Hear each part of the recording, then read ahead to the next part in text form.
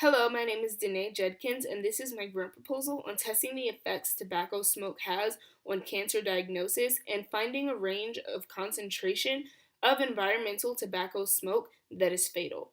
This study will bring awareness to tobacco smokers or those who are exposed to high levels of tobacco and their increased risk of cancer diagnosis.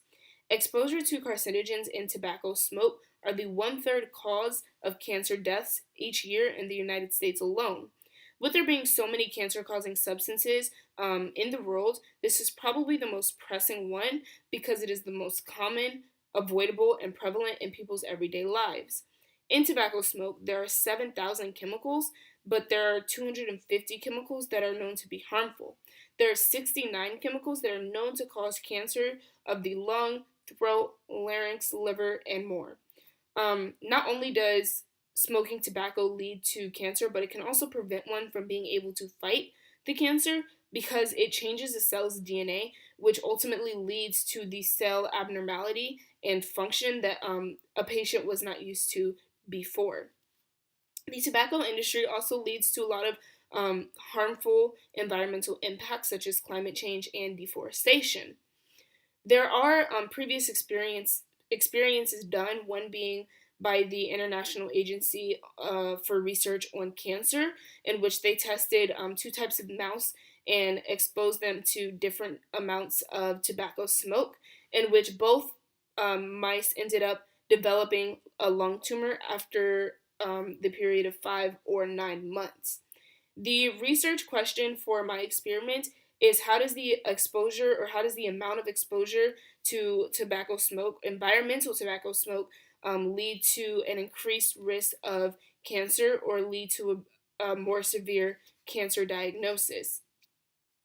For my experiment, from birth, 3 rats will be kept in controlled environments made out of stainless steel, and there will be stainless steel inhalation chambers in which different amounts of smoke will be released throughout a vent in each environment, each controlled environment. And the rats will live identical lives, have identical feeding and timing that they will be fed, etc., except for the amount of smoke. The first rat will be exposed to a concentration of 0 milligrams per meters cubed of environmental tobacco smoke. The second rat will be exposed to a concentration of 50 milligrams per meters cubed, and the third rat will be exposed to a concentration of 100 milligrams per meters cubed. And the amount of smoke will be recorded by an aerosol monitor, which measures the amount of particles that are present.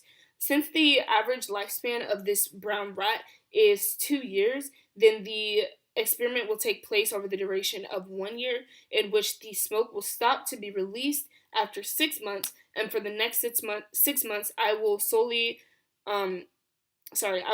monitor the development of cancer without the additional smoke playing a part within that. I will monitor the health of the rats by using a complete blood count test, and this will test the abnormality of the cells and also look for cancerous tumors within each rat. Throughout the year, I hope for the experiment to indicate to me a range of concentration of environmental tobacco smoke that leads to causing cancer, and this will be done by looking at each rat's cancer diagnosis and seeing how much tobacco smoke they were exposed to before developing the cancer. And if I get a clear range of this, then this means my experiment was successful. Overall, this experiment will benefit society because it will lead to further research into how much tobacco smoke one is exposed to and maybe help lead to the overall reduction in cancer deaths in the future to come. Thank you for listening to my grant proposal. I hope you decide to invest your money into my experiment as it will benefit society as a whole, and it is a wonderful cause.